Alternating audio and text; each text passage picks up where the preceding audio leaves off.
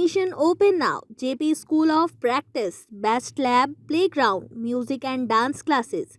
JP School of Practice, Nobasta Road, in front of Abhay Classes, Rewa.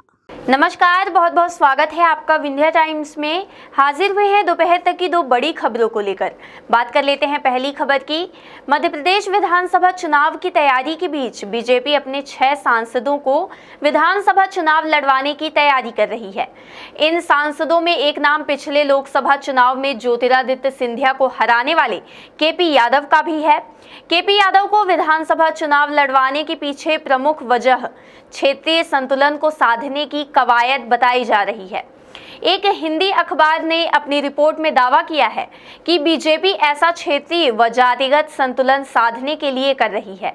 हाल ही में पूर्व BJP नेता राव देशराज सिंह के बेटे यादवेंद्र कांग्रेस में शामिल हो गए थे, जिसके बाद से ही यादव वर्ग में संतुलन बनाना बीजेपी के लिए बड़ी चुनौती है। हालांकि केपी यादव को विधानसभा चुनाव लड़वाने के पीछे एक दूसरी वजह भी है, और यह वजह कोई और नहीं बल्कि खुद केंद्रीय मंत्री ज्योतिरादित्य सिंधिया है। रिपोर्ट के मुताबिक बीजेपी गुना की सीट सिंधिया के लिए सुरक्षित रखने वाली है, इसलिए उन्हें हराने वाले बीजेपी नेता को संसद से विधायक बनाए जाने की तैयारी की है। हाल ही में ज्योतिरादित्य सिंधिया बीजेपी में अहमियत न मिलने से पार्टी के भीतर अपनी नाराजगी भी जाहिर कर चुके हैं, जिसके बाद से ही उन्हें पार्टी में कोई अहम पद और चुनाव समिति का हिस्सा बनाए जाने के कयास लगाए जा रहे हैं। केपी यादव के अलावा सीधी सांसद रीति पाठक, सतना सांसद गणेश सिंह, होशंगाबाद सांसद राव उदय प्रताप सिंह, उज्जैन सांसद अनिल फिरोजिया, रतलाम सांसद CS डामोर को बीजेपी चुनावी मैदान में उतार सकती है। इनके अलावा भोपाल सांसद प्रज्ञा ठाकुर और इंदौर सांसद शंकर लालवानी को भी विधानसभा का चुनाव लड़ना पड़ सकता है। हालांकि अभी राष्ट्रीय नेतृत्व से हरी झंडी मिलने का इंतजार है। बीजेपी के सामने सबसे बड़ी चुनौती विंध्य क्षेत्र को बचाने की है, जहां पिछली बार बड़ी जीत हासिल कर बीजेपी 100 का आंकड़ा पार कर पाने में कामयाब हुई थी।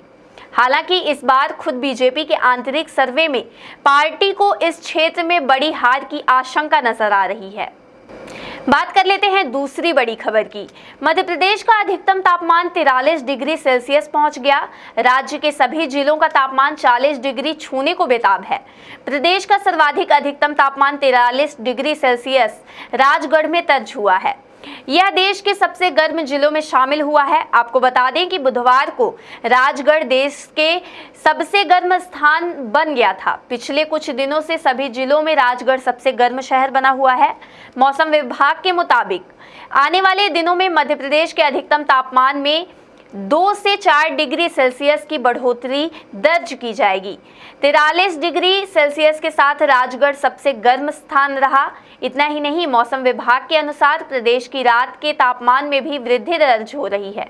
अगर प्रदेश की न्यूनतम तापमान की बात की जाए तो सागर में 25 डिग्री सेल्सियस, नर्मदापुरम में 23.8, इंदौर में 22.7, भोपाल में 22.2, जबलपुर में 19.3 और रतलाम में 22.5 डिग्री सेल्सियस न्यूनतम तापमान रहा।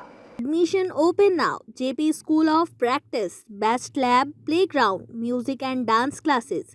JP School of Practice, Nobasta Road, in front of Abhay Classes, Rewa.